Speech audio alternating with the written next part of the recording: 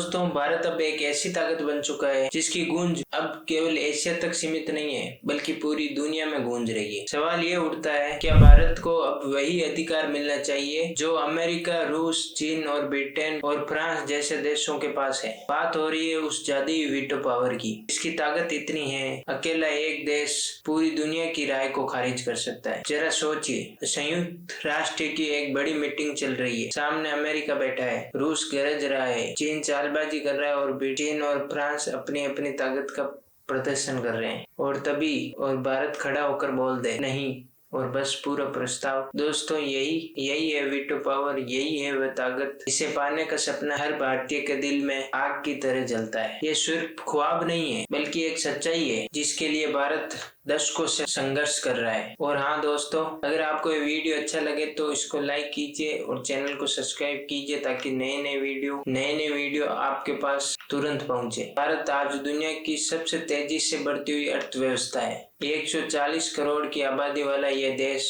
लोकतंत्र का सबसे बड़ा गढ़ है। विज्ञान, टेक्नोलॉजी और रक्षा में इतने कारनामे कर चुका है जिनकी कल्पना बड़े बड़े मुल्क भी नहीं कर सकते। आपको याद है जब भारत ने चांद पर तिरंगा गाड़ा था, पूरी दुनिया दंग रह गई थी। मंगल की दौड़ में भारत ने सबसे कम खर्च में वे कर दिखाया जो अमेरिका और रूस जैसे देश भी सपने में सोचते थे। सूरज के रहस्यों को जानने का भारत का मिशन आसमान छू रहा है। तो फिर सवाल ये है, इतने बड़े बड़े बढ़ते समाज कदम उठाने वाला भारत क्या अब भी संयुक्त राष्ट्र में सिर्फ दर्शक बना रहेगा? संयुक्त राष्ट्र सुरक्षा परिषद यानी NSC में कुल 15 सीटें हैं। इनमें से सिर्फ 5 सीटें स्थायी है, अमेरिका, रूस, चीन, फ्रांस और ब्रिटेन, और इन्हीं के पास है वो जादुई हथियार यानी वीटो पावर। यह हथियार इतना खास है, अगर पूरी दुनिया किसी प्रस्ताव पर हाँ कर दे और कोई एक देश उस प्रस्ताव को ना कर दे तो प्रस्ताव वहीं ढेर हो जाएगा। जरा सोचिए, अकेला एक देश पूरी दुनिया की आवाजों को दबा देता है। यही वजह है कि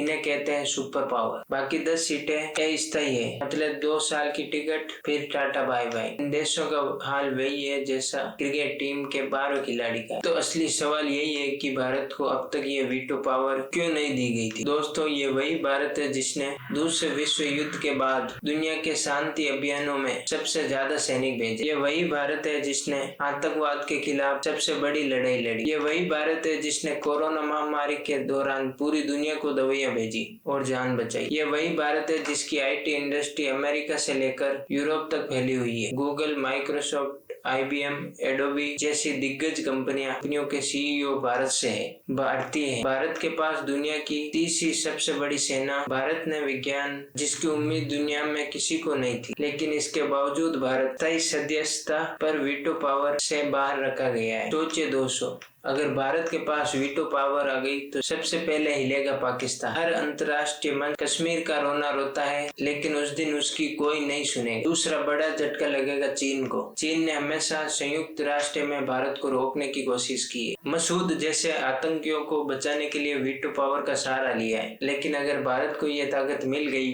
तो चीन की सारी चालबाजियां धरी की धरी रह जाएगी। तीसरा और सबसे बड़ा असर पड़ेगा भारत की इज्जत पर। आज पूरी दुनिया मानती है कि भारत सबसे तेजी से आगे बढ़ने वाला देश है, आगे बढ़ने वाली अर्थव्यवस्था है। जब प्रधानमंत्री नरेंद्र मोदी संयुक्त राष्ट्र में भाषण देते हैं तो पूरी दुनिया ध्यान से सुनती है। अगर भारत के पास वीटो पावर होगी तो ये है कि नौवां भारत सिर्फ भारत की जीत नहीं, सभी भारतीय के आत्म सम्मान की जीत होगी। अब आइए थोड़ा राजनीति के खेल को समझे। रूस ने साफ कहा है कि भारत को स्थायी सदस्यता मिलनी चाहिए। फ्रांस और अमेरिका ने भी भारत का समर्थन किया है। जर्मनी, जापान और ब्राजील जैसे बड़े देशों ने भी भारत का समर्थन किया है। भूटान और मॉरिशस छोटे देश भी भारत की तरफदारी कर रहे हैं। यहाँ तक कि संयुक्त राष्ट्र महासचिव तक कह चुके हैं अब भारत को स्थायी सीट मिलनी चाहिए। लेकिन सबसे बड़ा रोड़ा है चीन। चीन किसी भी हाल में नहीं चाहता कि भारत इस क्लब का हिस्सा बने। क्यों?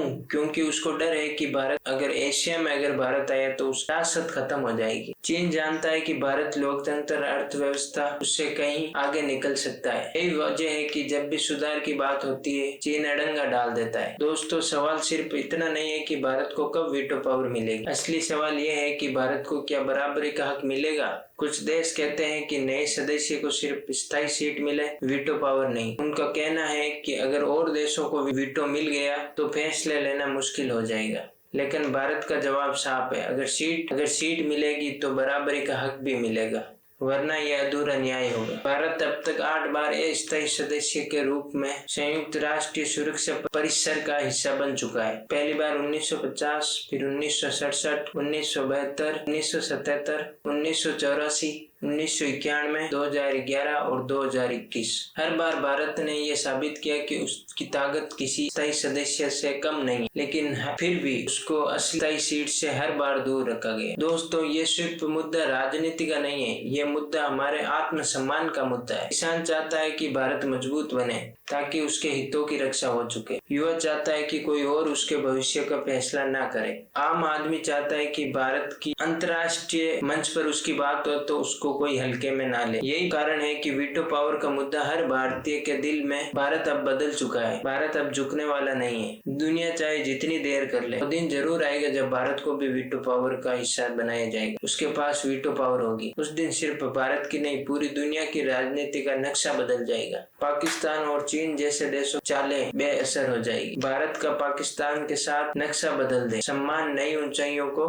दुनिया अब भारत की असली ताकत को पहचाने। ये वही भारत है जिसने इतिहास में हर बार मुश्किल हालातों को मात दी है। चाहे बात हो युद्ध की, आतंकवाद से लड़ने की, जंग की या विज्ञान, भारत ने बार बार साबित किया है कि वो न सिर्फ दुनिया की बाकी हर बार मुश्किल हालातों को मात दी है तकनीक में कमाल करने की। भारत ने बार बार साबित किया है कि वे न सिर्फ अपने लिए बल्कि पूरी दुनिया के लिए उम्मीद की किरण है। शांति मिशनों से लेकर वैश्विक अर्थव्यवस्था गति देने तक, गरीब देशों को दवाइयां देने से लेकर स्पेस में नई ऊंचाइयां छूने तक, भारत हर मुद्दे, हर मोर्चे पर सबसे आगे खड़ा नजर आता है। ऐसे में सब सवाल ये नहीं रह जाता कि भारत को वीटो मिलनी चाहिए या नहीं, बल्कि सवाल ये बनता है आखिर कब तक भारत को इस अधिकार से वंचित रखा जाएगा। आज दुनिया बदल रही, पुराने समीकरण अब ढह रहे, नई ताकतें उभर रही है। भारत उन ताकतों में सबसे आगे है, लेकिन दिक्कत ये है कि आज 5 देश जो वीटो पावर के मालिक हैं, वे कुर्सी किसी और को नहीं देना चाहते, क्योंकि ये सिर्फ कुर्सी लकड़ी और लोहे की नहीं बल्कि पूरी दुनिया की राजनीति और ताकत का प्रतीक है। यही कारण है कि भारत को अब तक रोका गया है, लेकिन सच ये है कि अब भारत रोका नहीं जा सकता। जिस दिन भारत को वीटो पावर मिल जाएगी, उस दिन इतिहास नए सिरे से लिखा जाएगा। पाकिस्तान का रोना धोना हमेशा के लिए खत्म हो जाएगा, चीन की तालबाजियां धराशायी हो जाएगी और भारत का नाम पूरी दुनिया से कई ज्यादा बुलंद होगा। ये सिर्फ एक सीट की लड़ाई नहीं है, ये